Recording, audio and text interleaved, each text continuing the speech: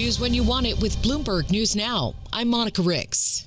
White House Director of Economic Counsel Kevin Hassett is praising President Trump's pick to be the next Fed chair. He says Kevin Warsh is the right guy to lead the Fed and ultimately lower interest rates. He's a very independent, data-driven person. The president believes that if you are data-driven and not partisan, he thinks the Fed has been partisan, that rates could be a lot lower. And I think that Warsh agrees with that, and I agree with that. Hassett on the Sunday briefing on Fox. Warsh would still need Senate confirmation, but if approved, he'd replace Jerome Powell when his term ends in May.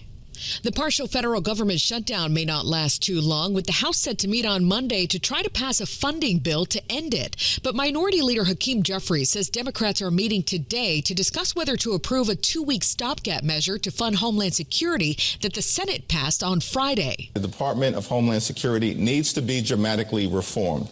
We share that view, as does Leader Schumer and Senate Democrats, in a variety of different ways. Jeffries on ABC's This Week. House Speaker Mike Johnson weighed in on Fox. We have to allow ICE to do its job.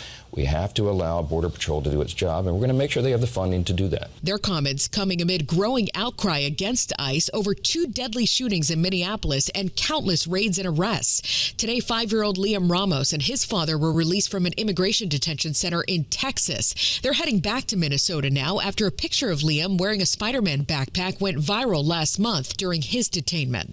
NVIDIA CEO Jensen Huang insists the company's proposed $100 billion investment in OpenAI was never a commitment, and he told reporters today in Taiwan it would consider any funding rounds one at a time.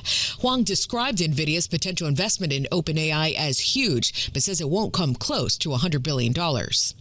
Iran's Supreme Leader Ayatollah Ali Khamenei has warned of a regional war and says its people will strike back forcefully in response to anyone who wants to attack and cause harm.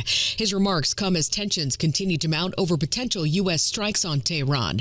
Meantime, President Trump confirms he's refused to tell Gulf allies about his plans for Iran, but talked to reporters on Air Force One and says talks are in progress. You could make a negotiated deal that would be satisfactory with no nuclear weapons, and said they should do that, but I don't know that they will, but they are talking to us, seriously talking to us. Trump has yet to say whether and how he might use force, but the Wall Street Journal reports American airstrikes on Iran are not imminent because the Pentagon's moving additional air defenses to better protect Israel and its Arab allies, just in case Iran retaliates. Ukraine's President Volodymyr Zelensky says there is no confirmation whether its widespread blackouts are the result of a cyber attack, but they are affecting Ukraine and Moldova. The outages follow Russian strikes on Ukraine's energy grid during extreme cold, ahead of more potential peace talks between U.S., Russian, and Ukrainian officials. Millions of Americans could lose SNAP benefits this month thanks to new work requirements. Eric Mitchell runs the Alliance to End Hunger in Washington, D.C. The folks who are going to be impacted by these changes are families with children under 18, older Americans up to age 65. Exemptions have also been removed for homeless people and veterans. Supporters of SNAP changes say they're necessary to combat waste and fraud. First week of a new month, and that means a pile of reports about jobs are expected this week. Bloomberg's Andrew O'Day has a preview. Tuesday, we get the Labor Department's Job Openings and Labor Turnover Survey, or JOLTS, for December, forecast to show an increase in ads from a slide in November. Wednesday, paycheck processor ADP issues its tally of business job creation for January. Thursday, we get the latest read of new jobless claim filings. It all leads up to the Labor Department's big employment report Friday, likely to show only 65,000 more total jobs added than lost. Andrew O'Day, Bloomberg Radio. Disney's also expected to post results this week, with forecasters looking for a 12% drop in profit stemming from high marketing expenses for its latest Avatar film and the launch of a new Disney cruise ship. CEO Bob Iger's decision to step down at the end of the year could also shake things up. Here we go again. Melania Trump's new documentary is expected to make about $8 million in ticket sales this weekend, marking the best debut for a documentary in a decade.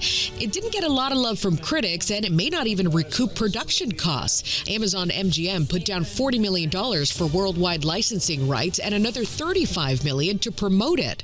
Michael Moore's Fahrenheit 9/11, by the way, still holds the all-time grossing record for any documentary. It made about $24 million during its opening weekend in 2004.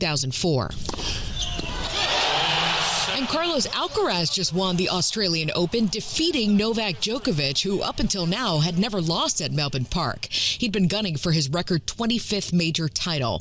Alcaraz, though, now the youngest man ever to complete a career Grand Slam. He's now got 7 major titles. This one's his first in Australia. And that's news when you want it with Bloomberg News Now. I'm Monica Rix, and this is Bloomberg.